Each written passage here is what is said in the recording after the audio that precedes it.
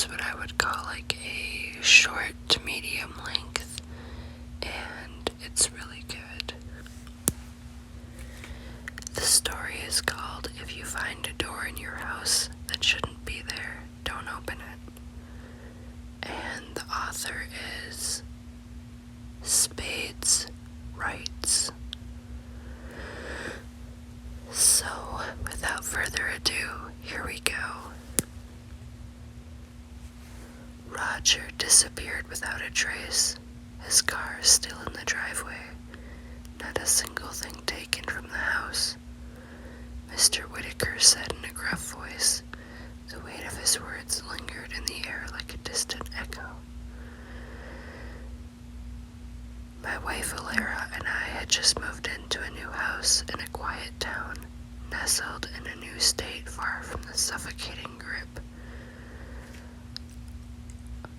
of our parents. They hated the idea of us living together unmarried, and their disapproval had turned crazy, leaking our phone number and address to Church, who bombarded us with calls and letters. We scraped together every dollar we could and found what seemed like a miracle, a house for sale at an unbelievable price. The young couple selling it had been unusually pushy, eager to close the deal, but we couldn't pass it up. A fresh start was what we desperately needed. Now here we were, having dinner with Mr. and Mrs. Whitaker, an older couple who had lived in the neighborhood for decades.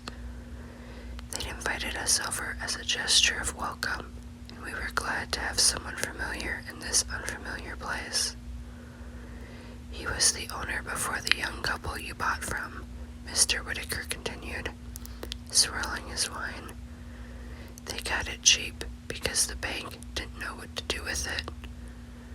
Roger was gone, just like that. Funny though, those kids only lasted about a year before they left too. But I don't judge or pry. He took a long sip of wine, his eyes flickering toward Mrs. Whitaker. Alara reached for my hand under the table, her grip slightly tightening.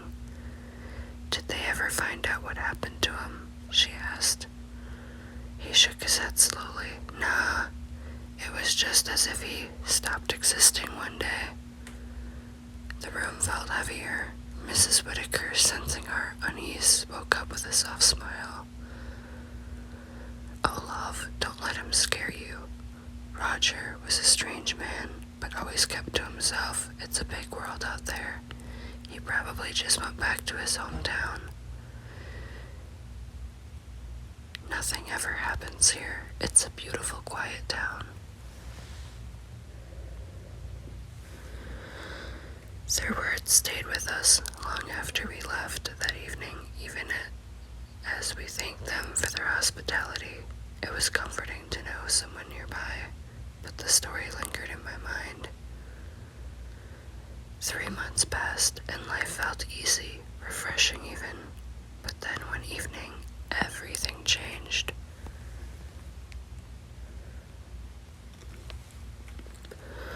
We were getting ready for dinner at a local restaurant we affectionately nicknamed our spot.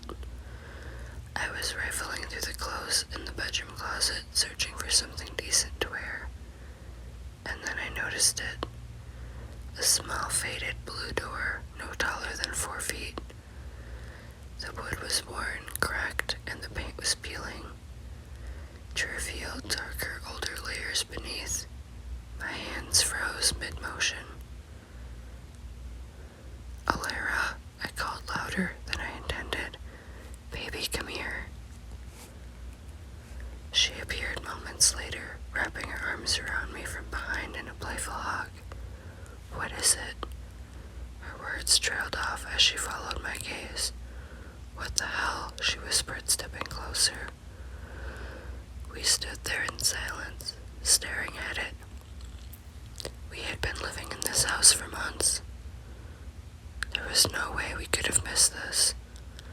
It's gotta lead to storage or something, I said, my voice shaky. Alara's face was tight with unease. There's no way we wouldn't have noticed this. Even when we first moved in, it wasn't here. I reached out and pulled the door open. It swung silently, its hinges smooth. On the other side was a small, dimly lit room, no larger than a child's bedroom. Looks like extra storage, I muttered, unsure even as I said it. Alara crossed her arms and shrugged. I don't know. I don't like this. How could we have missed it?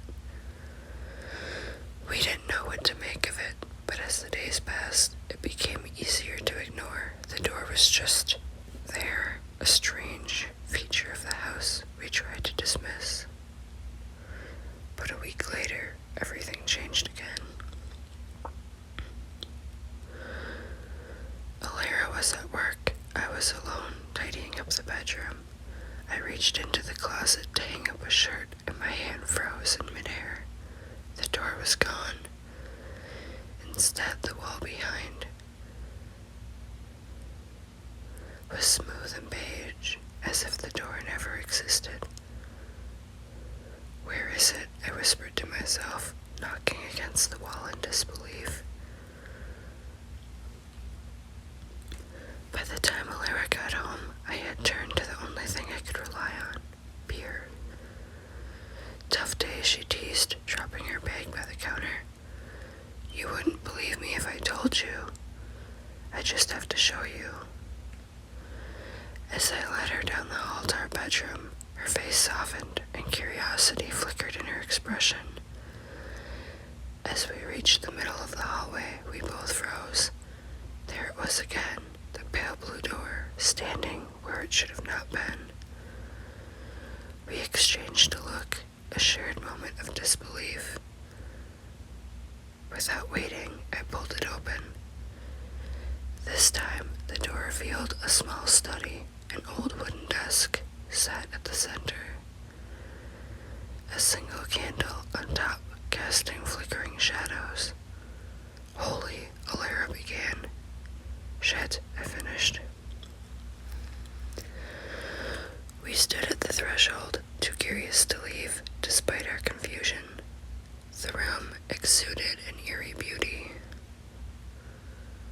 The candle's light danced across the room, casting an inviting yet mysterious glow that beckoned us further inside. The books were familiar, yet different.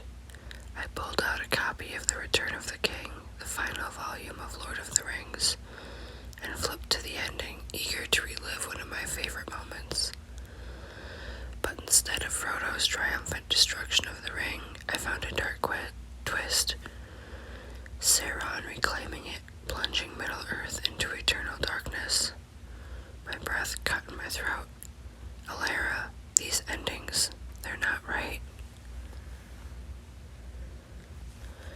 She glanced up from a copy of Alice's Adventures in Wonderland. Her brow furrowed. You're kidding, she said, though her tone betrayed her disbelief. She flipped through the book, her face growing more unsettled. In this version, Alice never returned home. Instead, she became trapped in Wonderland, the once whimsical world turning dark and cruel as she realized she was part of an endless nightmare. It wasn't just those books. To Kill a Mockingbird ended with the town succumbing to its worst instincts. Atticus ostracized, Scout left alone in a place consumed by hate. Each book we read carried the same unnerving thread. Familiar stories twisted into something dark and hopeless. We couldn't explain it. The books looked authentic, but the writing matched the author's voices. But the content wasn't right.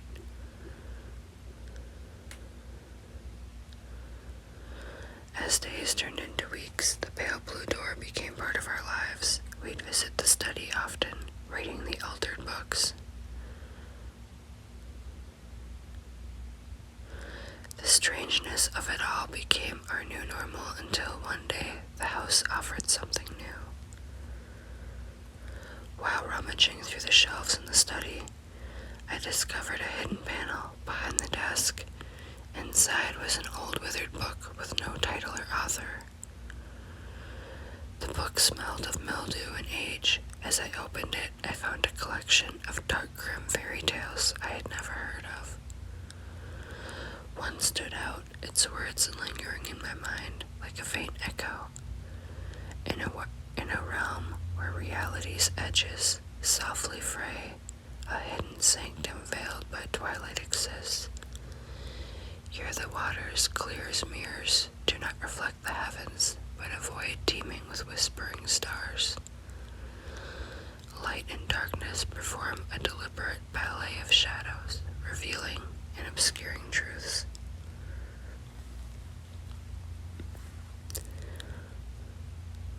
As the sanctuary, breathless with quiet sighs of ancient walls, it watches with unblinking, omniscient gaze. Hidden in the empty spaces, a ravenous entity feeds on the hushed fears and secret desires of those ensnared by its ancient allure. Alara stared at me with wide eyes. "What do you think it means?" she whispered. "I don't know. I don't know what any of this means. Do you think we should tell someone?" She hesitated, then suggested, "The Whitakers. Maybe they'll believe us, or at least see it with their own eyes." It was a good idea. The following weekend, we invited the Whitakers over for dinner.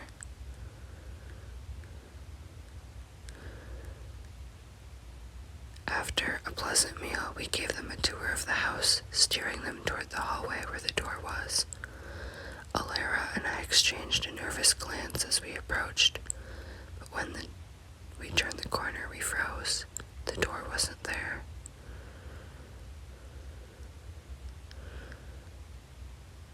"The house," Alara whispered. "It's messing with us." We stayed up late that night arguing over what we were going to do. Were we going crazy? Our argument was cut short by a sound, a distorted creak like a door opening.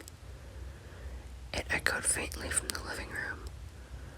We walked in cautiously, and there it was again, the pale blue door, this time behind the television.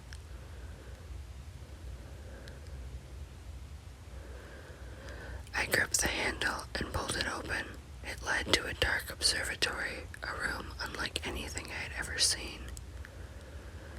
"Whoa," Alara murmured, her voice tinged with awe. We explored the room in silence. The sky beyond the telescope was alien, a canvas of unnatural phenomena. A black star pulsed faintly in the distance, its void-like surface swallowing the surrounding light. Nearby, a shattered planet's exposed core glowed with an eerie molten heat. "Alara," I whispered, stepping back from the telescope, "this isn't our sky." She took her turn at the lens, her breath catching. Were the laws of nature grotesquely twisted?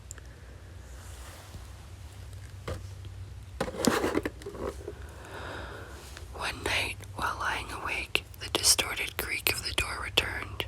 This time it came from our bedroom. I shook Alara awake, and together we walked to the bathroom. There, embedded in the shower wall, was the pale blue door again. I hesitated for a moment before pulling it open. We stepped inside.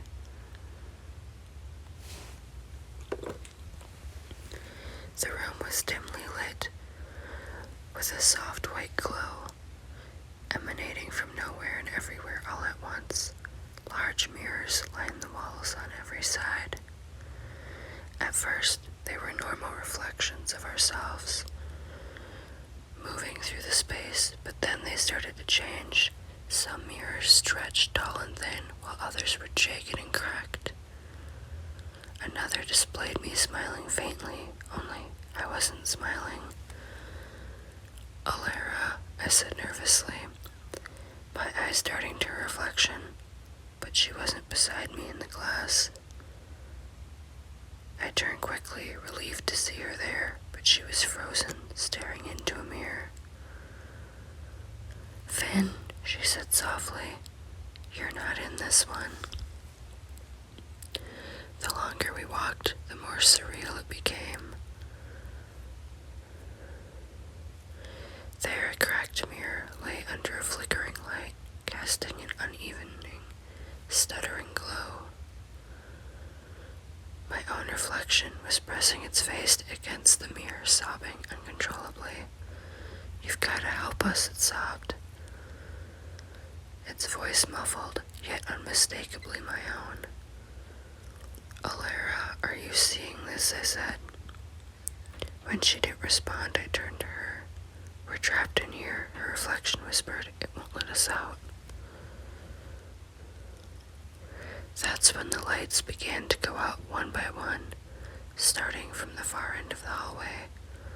"Run!" I shouted, grabbing Alara's hand. We bolted back toward the door, the darkness chasing us, swallowing the mirrors and the path behind us. "What the bleep is this house?" I said between breaths. "I don't know," Alara said, her voice trembling. "But I'm starting to not like it. That was too much." The pale door stayed in the bathroom for weeks after that. We avoided it by using the guest bathroom instead.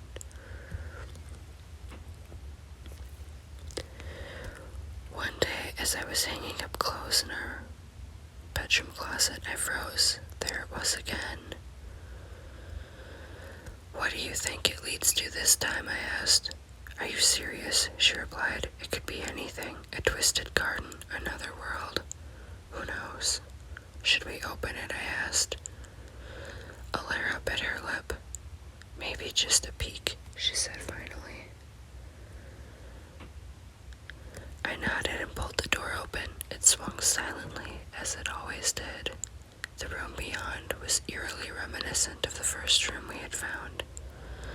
But this time, there was no ceiling. The floor beneath us was like glass, perfectly smooth and reflective. The sound of my footsteps broke the silence. Splish, slosh, plop. It was like stepping in a shallow puddle. We walked for what felt like hours, the light from the bulb growing faint. The next day, we hooked up a rope and ventured further into the abyss. Splish, slosh, plop. The sound of our steps on the wet-sounding floor filled the void. I shook my head, trying to catch my breath.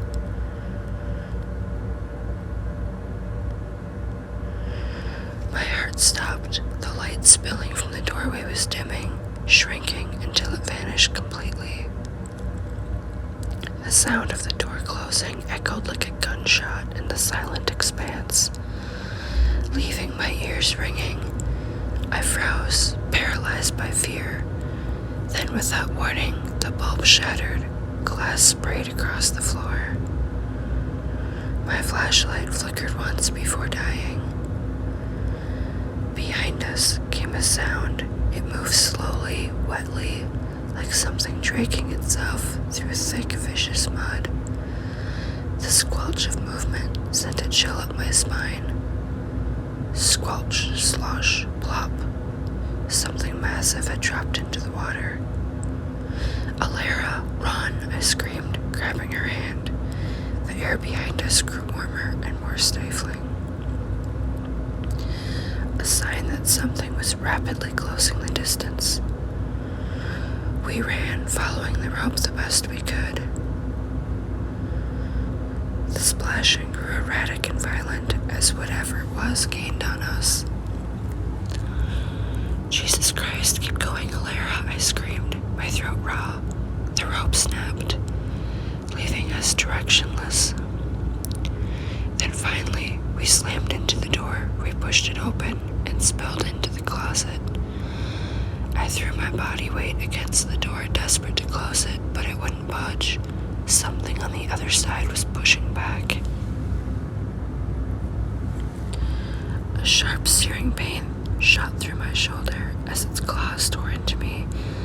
The heat behind the door unbearable now. Blood ran down my arm, soaking my shirt. "Go back to hell," Alara screamed, throwing herself against the door. It became a brutal struggle. One side pulling, the other side pushing, a horrific tug of war. The thing clawed at me again, deeper this time. A mix of pain, fear, and raw desperation. Its guttural, animalistic wails echoed through the door. And then suddenly, the resistance stopped. The door slammed shut with a force that shook the closet.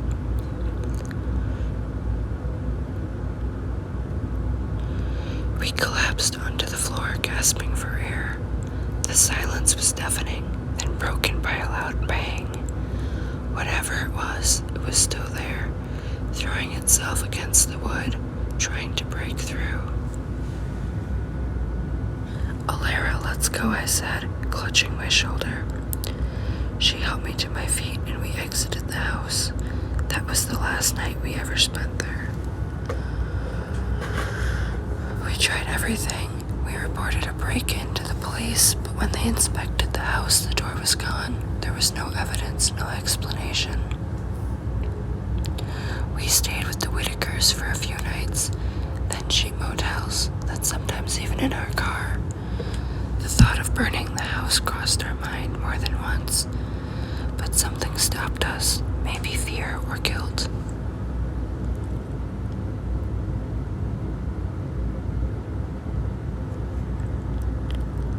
Eventually, we put the house up for sale. We were young and broke, and the house was all we had. It became harder to justify the truth.